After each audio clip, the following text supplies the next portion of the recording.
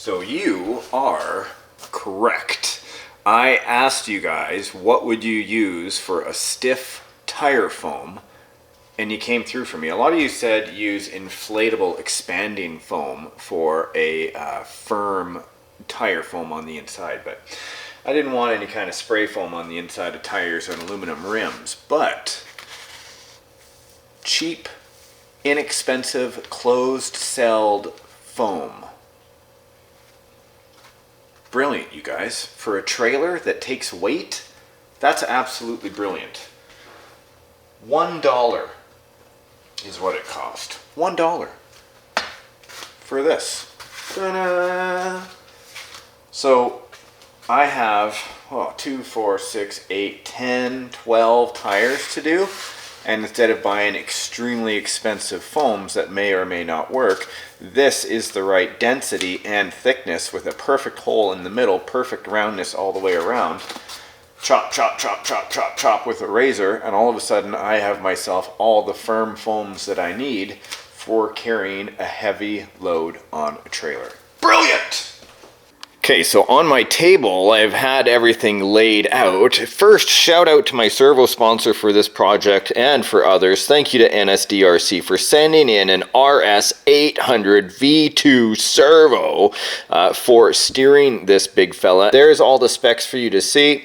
I got myself a Servo winch as well because, right, we're talking about winching the boat up into the back trailer area. Even though the original Boaterhome was front-wheel drive and the back axles were not driven, I'm actually going to do a driven version. Now this is not the way I'm going to have it built. This is an older truck that I had that I want to redo the geometry on. This is a custom cut frame. Some of it is not very straight. It was done by a friend of mine and I got to tell you, it's a great frame for this project that I have going on here. So again, you guys have seen the motor in the last video. We're going to keep the drivetrain, keep it 6x6. And the reason why is because I don't really have to worry about driving around into parking lots, driving around Las Vegas, you know, driving on the streets. In fact, I'll be just driving around on the trails and enjoying, you know, backing this into a creek or something like that, a lake, and going for a rip with my Streamline RC Thrasher, which is the XP version, the extra performance version that I have here. But I digress. Look at this. Here we go with the tires. So these rims were actually RC four-wheel drive rims. They were dually rims, very hard to get. This is the inside rim with the hex adapter, and what happens is it has a receiver here, and on the other rim it has a little hex with those holes that just line up and then they screw together in the middle. This was pretty simple, guys. I figured out the pool noodle thing because you guys gave me the hint about it. Thank you for that. Take this. These are unglued. Right? You're going to be like, why are you using these small tires instead of the really large tires? And the reason is because just through a simple suspension change, I can use the large tires if I want. But I think dualies all around on a ridiculous ride would be ridiculous. So why not? So here we go. Let's have a look at these foams, okay? These foams are absolute, just, you know, stock garbage. They break down over time. So do these. These break down over time and disintegrate, but if you have any weight on them, they just flatten out. They're nothing, right? So unglued bead, which I'll be gluing after today, and then to take the tire, I've already pre-cut the foams here so you can have a look. Make it real simple for you guys, not drag this video out. Dun-dun. I'm just going to stretch the tire all the way. What are you doing? Just going to stretch the tire all the way around. Make sure it's in there. All right. There.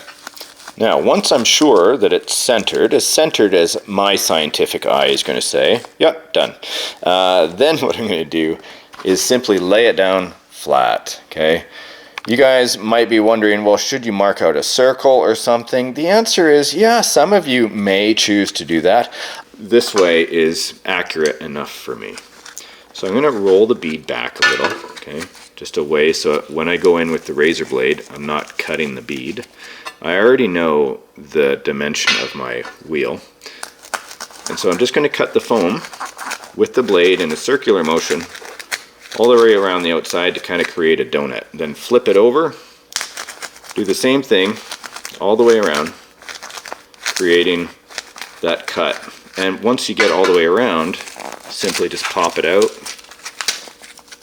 Little piece of calamari there, and you got yourself a tire foam. How easy is that, right? Now once you put it inside the wheel, you want to make sure to seat the bead properly, like you would with any tire, right?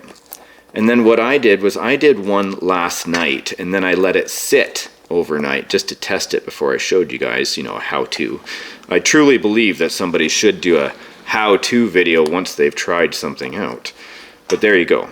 You can let that sit and relax inside the bead, and all of a sudden you have a foam that can take quite a bit of weight. Since I'm doing dualies on this and extra wide, there's going to be 2 on either side with 2 axles. So 2, 4, 6, 8 tires. All right, magically off camera. Done and done. You'll be like, that's not even. I just don't care. That's the thing. It doesn't need to be even. In fact, I even tried to use a hole saw to cut this like with a drill and such, and it just grabs onto the foam and rips it, right? But then I also realized that when we're mounting it in here, we're going to be squishing it around the rim anyway in the tire. It doesn't matter. The one thing that does matter to me though is direction of tire tread, right? These are directional. Some people will say use it in a clawing motion. Others will say no, it's got to be in the mud flinging position. Whatever position you guys like personally, whatever you find works best for you is the position it should be in. It's that way in many things of life. Now here we go, bolting this on. One sits into the other, and just like that. So now I've got all this surface area, right, for one tire. Plus when I push on it, I do have flex, but nothing like the flimsiness of this one here. So now I just have to put all of those and screw them all together in all of these ones I have pre-done. Shall I put them on for you in this episode? Yes. Oh yeah.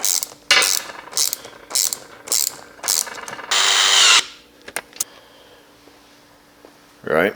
Now, do we do singles on the front or dualies all around? Now, because this is a ridiculous ride, I think I already know the answer, but why don't you let me know in the comment section down below, which one do you prefer? Regardless, one way or the other, you just found out the $1 RC tire foam hack. Dun, dun, dun. BOATERHOME.